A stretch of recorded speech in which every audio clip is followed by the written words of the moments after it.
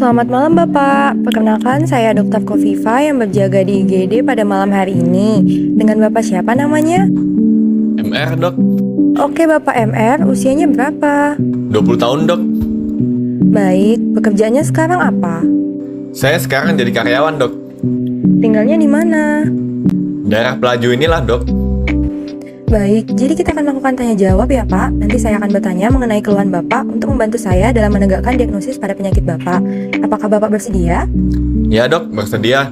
Jadi keluhannya apa Pak? Kenapa sampai datang ke IGD? Jadi mata saya ini dok, kabur dokter.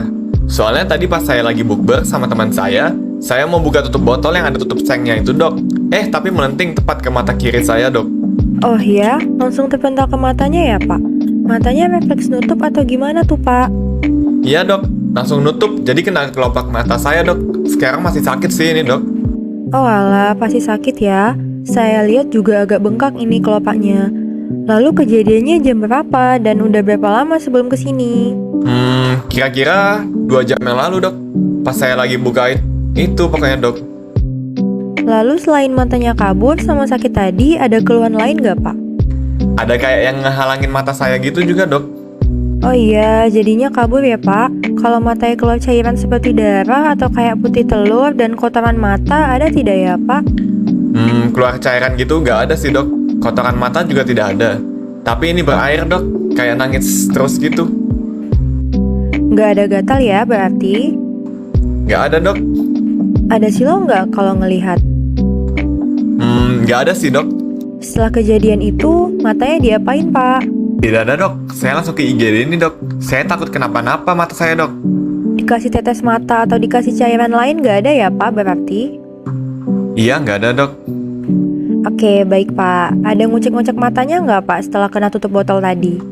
Nggak ada dok, soalnya sakit dok. Nggak berani saya pegang-pegang dok. Sebelumnya Bapak pakai kacamata tidak? Tidak dok. Riwayat operasi mata sebelumnya ada nggak Pak? Nggak ada dok. Maaf Pak, sebelumnya riwayat penyakit seperti darah tinggi sama kencing manis ada nggak Pak? Alhamdulillah nggak ada dok. Oke, baik. Pak, alergi makanan atau obat-obatan tertentu ada nggak? Tidak ada juga dok. Baik Pak, untuk tanya jawabnya sudah selesai. Terima kasih atas jawabannya ya Pak. Selanjutnya akan dilakukan pemeriksaan pada mata Bapak untuk membantu dalam menegakkan diagnosis dari keluhan Bapak. Bersedia ya Pak? Siap dok, bersedia dokter.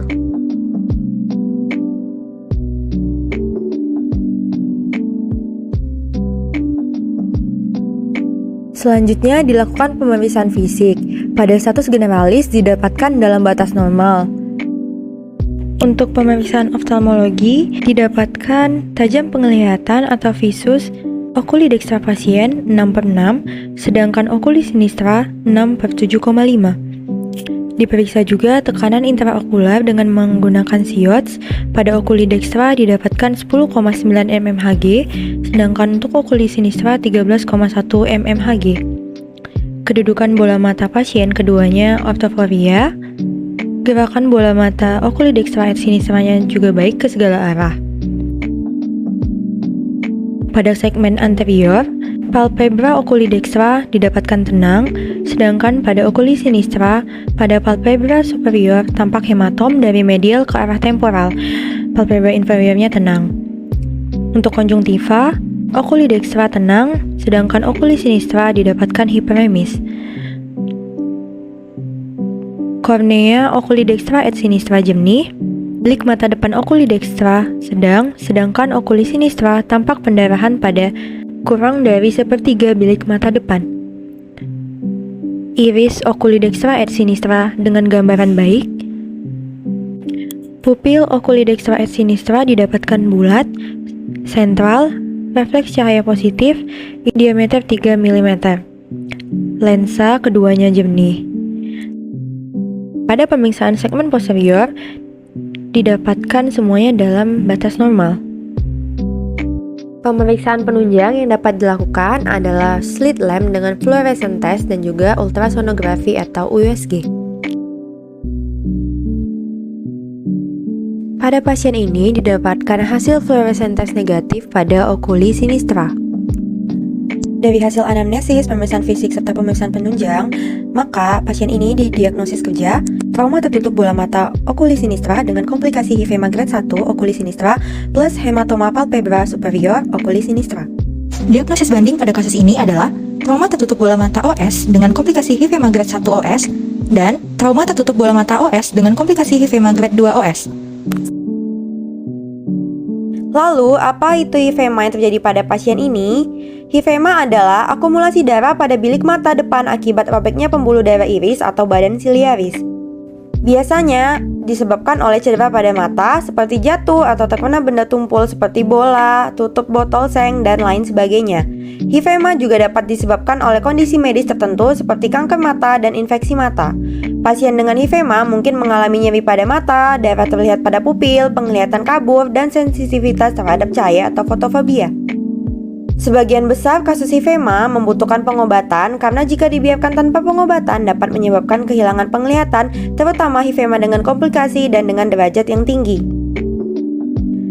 Berdasarkan tampilan klinis menurut Shepard, hifema terdiri atas grade 1 sampai grade 4, di mana pada grade 1, darah memenuhi kurang dari sepertiga volume bilik mata depan.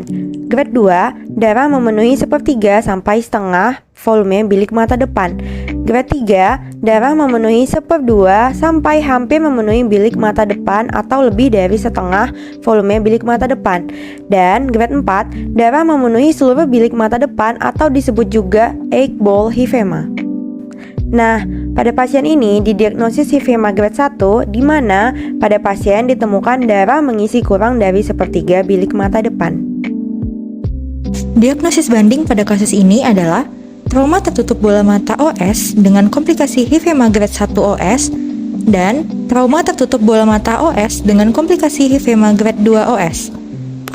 Tata laksana yang dapat kita berikan pada kasus pasien dengan hifema adalah memposisikan pasien semi-fowler atau 30 hingga 45 derajat sehingga darah dapat mengendap ke bagian bawah dan menghindari penghalangan penglihatan serta membatasi paparan kornea terhadap darah. Diberikan juga atropin 1%, 1 tetes per 8 jam yang merupakan siklopegik topikal yang umum digunakan untuk mengurangi risiko pembentukan sinekia posterior, mengurangi rasa sakit, dan peningkatan visualisasi segmen posterior. Obat tetes mata sendolitir yang mengandung sodium chloride dan potassium chloride juga diberikan untuk melumasi serta menyejukkan mata. Dan pemberian antifibrinolitik yaitu asam tranexamat 3 x 250 mg untuk mengurangi risiko rebleeding. Hifema dapat menyebabkan komplikasi berupa perdarahan sekunder atau rebleeding dan peningkatan tekanan intraokular yang dapat berujung pada glaukoma. Semakin berat hifema, kemungkinan peningkatan tekanan intraokular semakin tinggi. Perdarahan sekunder atau rebleeding dapat terjadi 2 hingga 7 hari setelah trauma. Perdarahan sekunder dapat mengakibatkan komplikasi berupa corneal blood staining seperti pada gambar. Prognosis pada kasus hifema, quo ad vitam bonum, quo ad functionem dubia et bonum, quo ad sanationem dubia et bonum. Sekian video bedside teaching mengenai trauma tertutup bola mata dengan komplikasi hifema grade 1 okuli sinistra. Mohon maaf apabila terdapat kekurangan. Terima kasih dan sampai jumpa.